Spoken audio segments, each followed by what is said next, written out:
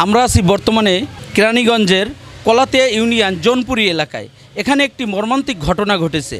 মায়ের হাতে শিশু খুন। মা ভারসাম্যহীন বলে জানান স্থানীয় এলাকাবাসী। ছেলেটিকে টুকরো টুকরো করেছে বলে আমরা জানতে পেরেছি। চলুন দর্শক, আমরা এলাকাবাসী এবং প্রশাসনের সাথে কথা বলে কি পাই। এমনি তো আগে দেখছিলাম যে মোটামুটি চলে ফেরে সে ঠিক আছে, বাইরের থেকে যা দেখছি। পরবর্তীতে একটু অসুস্থ হলাম, আন্দোলন মার বাড়ি নানিকে বাড়িতে দিয়ে গেল। হ্যাঁ, তারা সে ভারসাম্যহীন হয়ে গেছে। পরবর্তীতে রাত্রে, আজকে রাত্রে আর কি, তারা 2 টুকরা করে 3 টুকরা করে এই ছেলে নিজেই মেরে আসছে। এই বাবা, উনি আমার রিস্তা ভাগনা হয় যতটুকু জানি। তা আমি পেশা একজন মেডিসিন ব্যবসায়ী।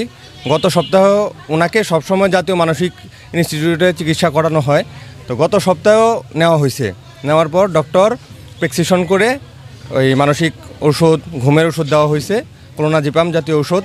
এটা আমি যতটুকু প্রেসক্রিপশন দেখেছি, আমার দোকান থেকে ওষুধ কিনছে যে সকালবেলা একটা, দুপুরবেলা একটা, রাত্রেবেলা 2টা দেওয়া হয়েছে এবং ওভারডোজের ওষুধ দেওয়া হয়েছে মানসিক রোগেরও। গত 2-3 দিন ধরে অবস্থার অবনতির জন্য ওনাকে বাবার বাড়িতে দেওয়া হয়েছে। কালকে মনে বাবার বাড়িতে আসছে, তাই না? কালকে বাবার বাড়িতে আসছে। বাবার বাড়িতে আসার পর পরশু আসছে। কালকে রাত্রের ঘটনা এটা। রাতেও খাওয়াইছে বাবুকে। ডিজাইন, এলিগেন্স, বিউটি, সেরা পণ্য সবার জন্য জেভিকো। খাওয়ার পরে রাত্রেবেলা উনি একা ঘরে থেকে বাবুটাকে 2 টুকরা করে মারছে।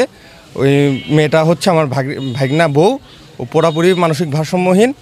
ও নিজের ছেলেকে 2 টুকরা করে মেরে ফেলছে। এখানে একজন ভারসাম্যহীন মা তার ছেলেকে, 1.5 বছরের ছেলেকে টুকরা টুকরা করে ফেলছে আর কি, মানে গলা কেটে হত্যা করছে।